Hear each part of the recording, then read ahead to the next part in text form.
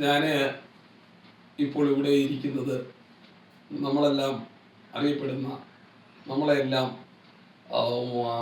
നല്ല രീതിയിൽ പലരുടെയും പടങ്ങൾ അത് അതേപോലെ ഒറിജിനാലിറ്റിയിൽ ചെയ്തെടുക്കുന്ന പല വരകളും ഇന്നും മങ്ങാതെ നിൽക്കുന്ന ഒരു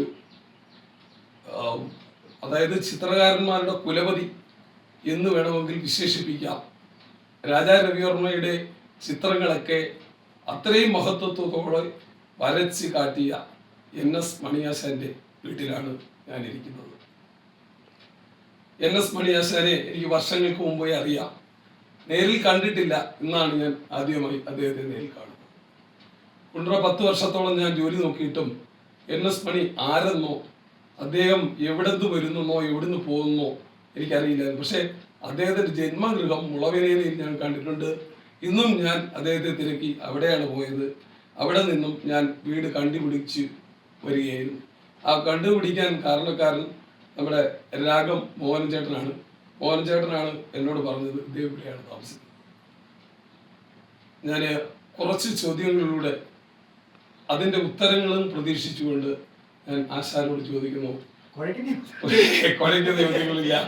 എനിക്ക് അറിയേണ്ടത് ആശാൻ ആരായിരുന്നു എന്നാണ്. ആശാനെ വര പഠിപ്പിച്ചത് ആരാണ് പ്രചോദനം നൽകിയത്? ആരും പഠിപ്പിച്ചതല്ല. എനിക്ക് ഓർമ്മയായപ്പോഴേ വരയ്ക്കുകയായിരുന്നു. ഫാമിലിയിലൊക്കെ വലിയ ആർട്ടിസ്റ്റുകളുണ്ട്. തിരുവനന്തപുരം എന്ന് പറഞ്ഞ ഞങ്ങളുടെ മാമനാണ് CS വിശ്വനാഥ്. ഏറ്റവും വലിയ ഹാൻഡിക്രാഫ്റ്റിന്റെ നാഷണൽ അവാർഡ് ശില്പി. അയാൾ CS അപ്പച്ചിയുടെ മോനാണ്. ഞാൻ കുടുംബത്തിൽ ഒരുപാട് നേരമാണ്. പക്ഷെ എന്നെ ആരും പഠിപ്പിച്ചൊന്നുമില്ല. ഞാൻ വരച്ചത്. അപ്പൊ അന്ന് ഈ മെറ്റീരിയൽസ് ഒക്കെ വാങ്ങാനും അതുപോലുള്ള കാര്യങ്ങൾക്കൊക്കെ പൈസ വളരെ ആവശ്യമായിരുന്നു. കാരണം പൈസക്ക് വിലയുള്ള ഒരു കാലത്താണ് താങ്കൾ വര തുടങ്ങിയത്. അന്ന് പേപ്പർ വാങ്ങിത്തരാനും അതിന്റെ എണ്ണച്ചായങ്ങളാണെങ്കിലും അതിൻ്റെതായ ആ മെറ്റീരിയൽസ് വാങ്ങിക്കാൻ വളരെ പാടുപെട്ട് കാണുമെന്നാണ് ഞാൻ വിശ്വസിക്കുന്നത്. ഞാൻ 1ാം ക്ലാസ്സിൽ ചെന്ന് കയറുമ്പം എൻ്റെ സ്റ്റേറ്റിനകത്ത് ഞാൻ പാഠം എഴുതിയിരിക്കുന്ന സാറുണ്ട്. ആദ്യത്തെ ദിവസം ഞങ്ങൾ ബന്ധു ടീച്ചർ അവരവിടെ തന്നെ ഇതെടുത്ത് എന്നെ സ്റ്റോളിട്ട് ബ്ലാക്ക് ബോർഡിൽ എഴുതിച്ചു.